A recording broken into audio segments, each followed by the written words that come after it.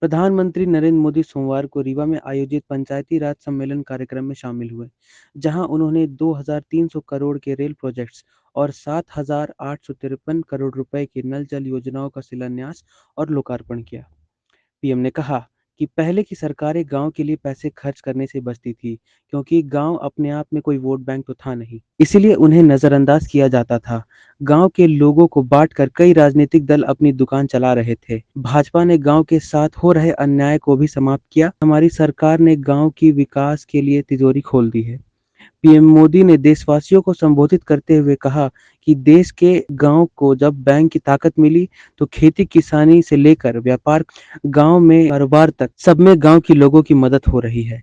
हमने जन धन योजना चलाकर 40 करोड़ से ज्यादा बैंक खाते खुलवाए। हमने इंडिया पोस्ट पेमेंट बैंक के माध्यम से गांव तक बैंक की पहुंच बढ़ाई।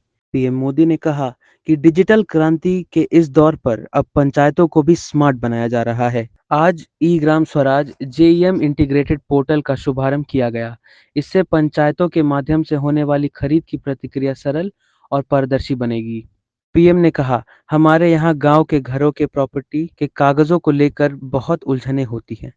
इसके चलते भांति-भांति विवाद होते हैं, अवैध कब्जों की आशंका होती है। पीएम स्वामित्व योजना से अब ये सारी स्थितियां बदल रही हैं। पीएम मोदी ने कांग्रेस पर तंज कसते हुए कहा कि पूज्य बापू कहा करते थे, भारत की आत्मा गांव में बसती है।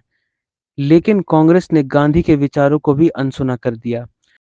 आजादी के बाद की सरकारों ने भारत की पंचायती राज व्यवस्था को ध्वस्त कर दिया। जो व्यवस्था सैकड़ों वर्ष, हजारों वर्ष पहले से थी, पंचायती राज व्यवस्था पर आजादी के बाद भरोसा भी नहीं किया जा सकता था।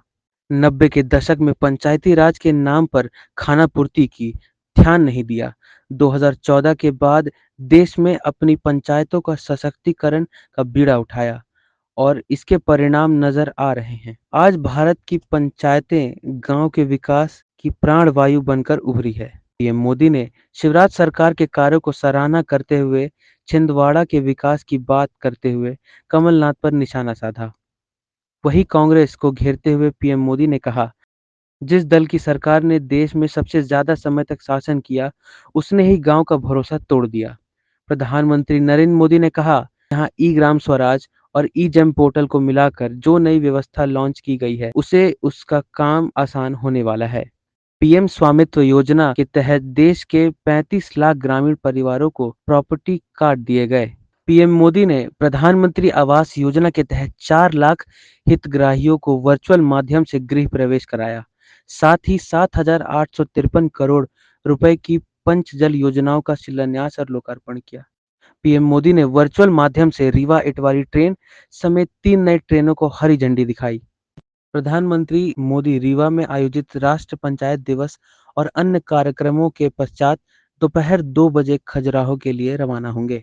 सीएम शिवराज सिंह चौहान ने पीएम के रीवा दौरे पर कहा, प्रिय देशवासियों, आज मध्य प्रदेश के सौभाग्य के सूर्य का उदय हुआ है। हमारे प्रिय प्रधानमंत्री आज मध्य प्रदेश की धरा रीवा पर पधारे हैं। प्रधानमंत्री जी अनेक सौगातों को लेकर आ रहे हैं। 4,11,000 गरीब बहनों भाइयों को प्रधानमंत्री आवास योजना के अंतर्गत बने मकानों में गृह प्रवेश का कार्यक्रम होगा। दूसरी तरफ स्वामित्व के आधार पर पत्र प्रदान करेंगे। क्षेत्रों में बहनों भाइयों के पास जमीन भी है और उस जमीन पर मकान भी बना हुआ है, लेकिन कोई आधार या पत्र नहीं था।